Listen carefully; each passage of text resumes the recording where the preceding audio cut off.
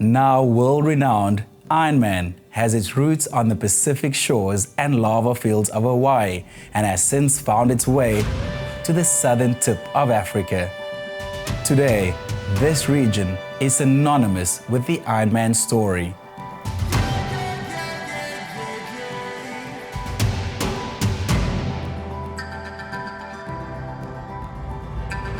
Welcome to Beyond the Bay, a journey through Nelson Mandela Bay, where pristine beaches meet untouched wilderness and where the vibrant pulse of a region rich in arts and culture dances with the spirit of the Big Seven. Is that a line? Right here. Each stroke, pedal, and step on this journey was charged with the lessons of resilience and unity I've learned right here.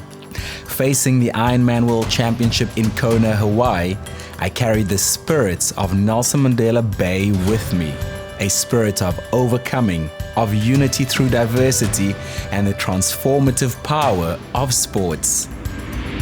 With the waters of Nelson Mandela Bay behind us, our journey takes a new turn, delving into the rhythm and rush of the bike discipline, where the endurance of the athlete meets the enduring beauty of Nelson Mandela Bay.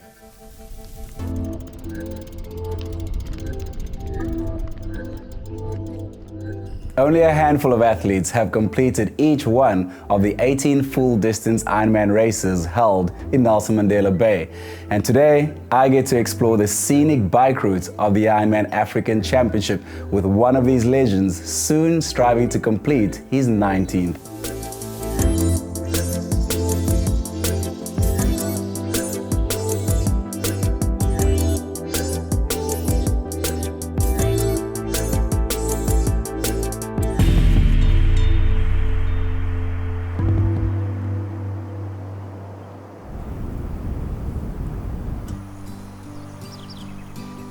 Christian, lovely to meet you. Thanks for joining me at Grassroof. I'm sure you know this place. It's on the bike course. This is actually my local, all the cyclists in PE's local hangout. You have to have a coffee when you finish a bike ride. Yeah, exactly. Thanks for taking me out on the course. It was beautiful. Tell me who you are. Where did you grow up? I was born in the UK, but I grew up in Joburg. And I moved to Cape Town about 5 years ago. So coming down to Nelson Mandela Bay was always a highlight. I played team sports until about the age of 29, 30. And then one day I just decided, listen, give the endurance events a go. Ironman racing was my first entry into endurance events. And here we are 19 years later. I've never looked back. How did you become aware of Ironman? Ironman actually announced that they were coming back to South Africa and they would have their debut race in Nelson Mandela Bay in 2005. And I thought, well, listen, that's an event that's on the bucket list. I did own a bicycle. It was a bit of a farm gate. So biking was quite hard, but I had a bike, I had running shoes, so what was to stop me? How long did you take to train for that? I actually trained for about 1.5 years. I think you overtrain for your first Ironman. You're so scared that things aren't going to go according to plan. You train no matter what because it's that fear of, have I done enough? Am I ready for the race? You are in a unique position where you are one of very few people who have done every single Ironman African Championship to date. I mean, I've done a few and I was happy to sort of take a break, maybe explore a bit of other things, other races, but you've kept coming back here. Why is that? I'm hooked on the Ironman in Nelson Mandela Bay. I love the event, I love the people. It's just become a way of life for me. It's a guarantee that I'll be back in Nelson Mandela Bay every single year. It's who I am, it's what I do. What would you say is the biggest challenge you faced on your Ironman journey to date? After the 11th edition of the Ironman Africa Champs in Nelson Mandela Bay, 2 weeks after the race, I had an incident with my health. It was a Sunday evening. I was getting ready to go to gym the next morning. Everything was packed out. And I woke up at about 10:30 in the evening, started feeling funny feeling in my leg, thought I was having a heart attack. And as I got into the bathroom, my right side of my body started shaking. I pulled the towel rail out of the wall when I was falling over. Luckily, my wife was there and she turned me onto my side. She put a towel underneath me. Next thing I know, I was in an ambulance. Then I was in the emergency in the emergency room at the hospital, and they discovered I had a brain tumor. So I was in hospital for about 4 days, and they took the tumor out in a 6.5-hour operation. As a family man, do you think about your wife and your kids during that process? All the time. You think to yourself, well, I've got a wife and 2 kids that I need to look after, and there's a lot of things that go through your mind. Everything that I did on that day was, my kids cannot grow up without a father. So yeah, my kids cannot grow up without a father. And besides them and my wife, I mean, she was an absolute trooper. And if it wasn't for my wife, I wouldn't be sitting here having coffee with you. But what was the prognosis at the time? Did the doctors tell you, operation done, go live your life, or? Luckily, due to the strength that I had from all the training, the neurosurgeon said to me, listen, your recovery has been remarkable. And after 2 weeks, I was back on my spinning bike, and I was competing 12 weeks. 12 weeks later, I was back on the road competing. I wanted to prove that you could go back and do exactly what I'd done the year before. So Ironman Africa Champs in 2016 was an emotional race for me. I can only imagine what it must have felt like when you crossed that finish line. The red carpet moment is special anyway, but when you overcome what you have overcome, I can't imagine, it must have been overwhelming. When you do the 3-lap run and you get to close to the red carpet and you know, okay, this is it, it's in the bag, I've done it, I finally got there. And as you put your feet on that red carpet, it's just like, yeah, just the water wells open, and I cried, and I crossed the finish line, and the emotion that left my body that day was, it was something else. I can see why you keep coming back for more, because the sport must give you so much, like those memories that you just will never lose. I don't know if my face lights up, but when I talk about Ironman, I can carry on and I can go on for days. But yeah, I love coming back to Nelson Mandela Bay. I love the people, I love the course. This is my home away from home. Do you try to touch other people with your story? I mean, for me, it's difficult. I don't love always being the center of attention, but I do enjoy using my story to inspire others because I've seen what impact it's had on my life. So a lot of people will say to me, oh, you're such an inspiration, you're such a legend. I mean, I don't consider myself a legend. I don't consider myself, if I can inspire one person, and a lot of people look up to me and go, well, jeepers, I mean, you had a brain tumor. How do you do this? I'm like, things don't always go according to plan. I don't think in the last 18 Ironman that I've done, everything has gone 100% correct. Every single year has had its problems, whether it's mechanical, it's weather, it's your health. So there's always something that gets thrown in your way. So it's just, you can either go, oh, this is, just got the best of me and I'm gonna be a failure. Or you just go, well, it's another step, it's a hurdle. And the more hurdles you go through, eventually you'll get to the finish line. You've done every single Ironman African Championship so far. What's the plan for the future? Is it to keep going? Well, obviously the goal is to get to number 20, which is next year. So if everything goes according to plan and I get to the finish line on Sunday, I will definitely be back next year. For as long as I'm able to, I'll keep on going. Christian, I mean, this has been a treat for me. I didn't know what to expect when we first met. The moment you started speaking, I'm like, this is a guy I want to continue speaking to. And this has just been a treat for me. Yeah, it's been awesome sitting having coffee at Grass Roof, taking me out on the bike course today. Thank you very much. Thanks for joining us and being so vulnerable and sharing your story. Amazing. It's a pleasure.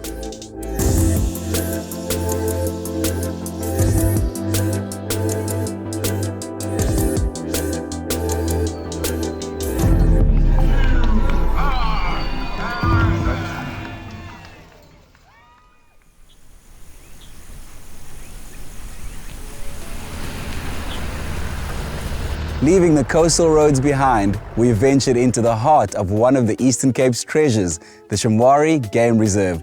Today, I'm joined by a remarkable friend and fellow Ironman, Lebo Bangazi. His story is a powerful reminder that it's never too late to transform your life.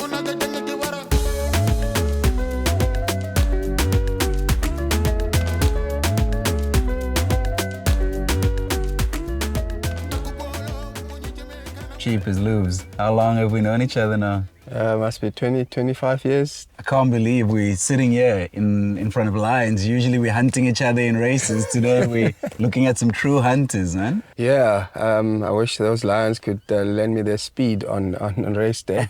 But it's amazing. I mean, this is an experience that you'll never get anywhere else. Is this something you grew up with, or where did you grow up? So I grew up in Queenstown, which is about 300 kilometers from Nelson Mandela Bay. I got to Nelson Mandela Bay for varsity, and that's how I landed here. I've never left. Found my wife here, married here, got kids. I work here. I work for the city. It's been an amazing life for me, but just discovering triathlon and Ironman specifically for the first time at age 36 was mind-blowing. Do you remember the first time you ever saw a triathlon? I really do, and I'll never forget. I came back from a heavy night out and parked outside my gate. I couldn't get into my place because there were cyclists going past in skinny pants and funny helmets. That was the first time I ever saw a triathlon. But it really didn't register after that until a very long time when I had to, face a challenge with my health and started doing sport. What challenge was that with your health? Look, I started gaining weight. I became quite heavy. I think at the peak I was at 120 kgs. And at that time, my business partners were actually doing annual checkups. And the health provider came back to say, we got to put a premium on this guy because he's high risk. A levy, actually, additional levy. So that bothered me. And I needed a way out to find my health again because I was completely out of shape. And looking at prognosis of high blood pressure and all of those sort of things. So that was heavy for me. What are the steps that you took to address that then? I'm that kind of person. I have a problem, I have a challenge, I need to figure a way out. And for me, getting active, and the doctor said, you gotta get active to get your health normal. So I started running, and a colleague of mine at work, knew a couple of guys who were into triathlon. They signed up a team for the corporate. Okay. And they said, just do the run. Yeah. Just the run. 4Ks. Never ran 4Ks in my life. The next year, 2013, I signed up as a volunteer. I wanted to understand this thing because I was now getting really interested because during those runs, the guys would be sharing their war stories on Ironman. I mean, I couldn't relate to it, but it was interesting. And I said, I want to do this. And it is that year that I signed up to do Ironman without knowing how to swim, bike or run properly. And I said, I'm going to figure it out. Wow. I didn't have my own bike. I had borrowed a bike which was 2 sizes bigger than me from a friend. That bike you got from a friend, I think I remember you telling me you went riding with them on the Ironman course. How did that go? It didn't go very well. 10 Ks into it, I was huffing and puffing. I turned around, I went back to the start point and I loaded my bike back and I said, I need to work on this. And that's why it was important for me to get the right coaching, to get the right support and to be prepared to do the Ironman 70.3. But can you talk to me about the mentality of not giving up? Because it would be easy to give up at that point. Why do you say, I have to go back to the drawing board, put more work in? Why not give up? I don't believe in giving up because once you start, you never stop. So it was just natural instinct for me to say, okay, what do I need to do to get ready for Ironman 70.3 SA? Thankfully, Ironman had a workshop with new athletes at one of the bike shops, and they had a guest speaker who was a coach, a former Ironman champion, and he offered to train up a few who are interested, and I signed up for that too. So my journey started there.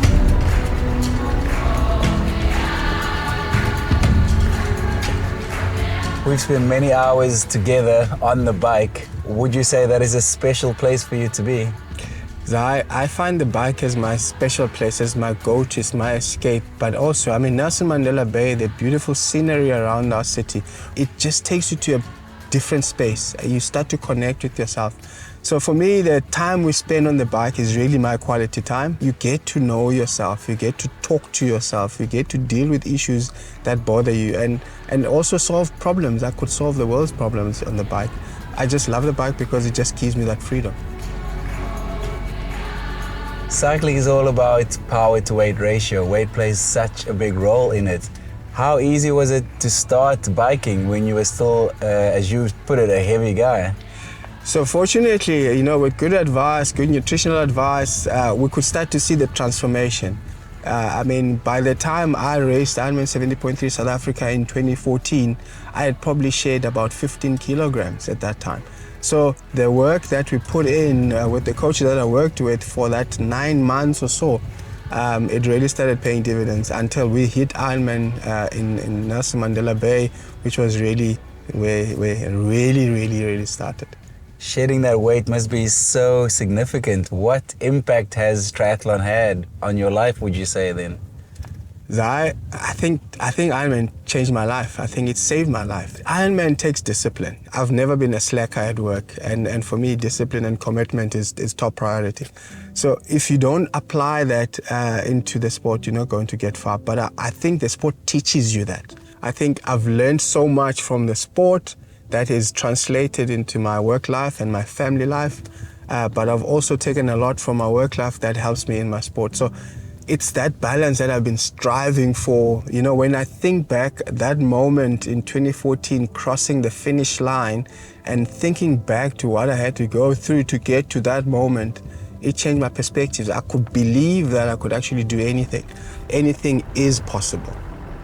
What are some of the practical steps that you take now to maintain that balance between family, training, and your career? For me, I find that if I'm really able to have structure in my life, and I know, my kids are now 13 and turning 16, their needs are changing. So as my needs are changing. So I've realigned my sporting commitments to align with my life so that it doesn't conflict. Talking about your kids, you're probably the healthiest you've ever been, and it means you can be there for them longer and enjoy them longer. It's the balance. It's understanding that one feeds off the other. One thing that drove me in the early days of starting the sport, 10 years now, was just the thought of not being able to be there to provide and lead my family because of the threat of a health scare. And knowing that I've managed to be where I'm at now, much healthier, much fitter, and I can actually see my kids grow with me, for me, that's been amazing. In that Ironman 70.3 red carpet moment when you were finishing, what were the emotions that you were experiencing? It must have been incredible. So for me, crossing that finish line and knowing that this is a culmination of a lot of moments, a lot of hard work, a lot of pushing yourself, but also balancing work commitments, balancing family commitments, and finally being able to cross the finish line, it was just a deep sense of fulfillment and gratefulness. It really sunk the belief that I can do anything. So your personal journey, we are now 10 years later of you doing Ironman events. What's your goal for the future? So Zai, 10 years in the sport of triathlon and Ironman has been the best 10 years of my life. I'm turning 48 this year, and I think I've got a long way to go still. I think there's many more destinations, there's many more events still to do. There's a lot more discovery I need to do. I was amazed when I saw 70, 74 age groupers up getting awards. So that dream is still alive, and I think we're going to push on. I think for your 50th, we need to get the group chat boys together, have a celebration, all sign up on the start line, all be there together and celebrate your life and how far you've come, man. As long as you don't finish before me. It'll be my birthday present to you. Thank you.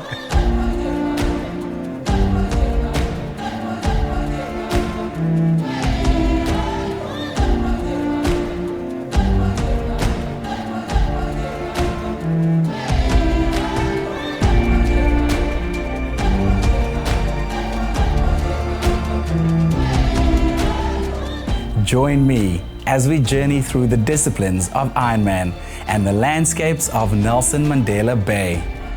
In this series, we'll dive deep into the heart of what makes an Ironman. Each episode will focus on one of the Ironman disciplines: swim, bike, and run. We'll explore the corners of Nelson Mandela Bay that echoes the essence of these disciplines, uncovering the stories, the challenges, and the triumphs that each one represents.